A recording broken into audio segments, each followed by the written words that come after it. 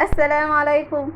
النهارده هنعمل مع بعض اكله سريعه، وكلنا طبعا بنحب السوسيس. محدش ما بيحبش السوسيس، لان السوسيس من الاكلات السريعه ودايما بنشتريها من بره، وطبعا كل الشباب بيشتروها سندوتشات من بره. فاحنا هنعملها في البيت، اكله لذيذه ولطيفه وسريعه. يلا نشوف مع بعض ايه هي المكونات. ادي ده نص كيلو من السوسيس. طبعا احنا اللي مقطعينه، بتقطعيه بالطريقه اللي انت تحبيها في البيت. احنا بنجيبه زي السجق، بيبقى صوابع، واحنا بنقطعه بالطريقه اللي احنا بنحبها.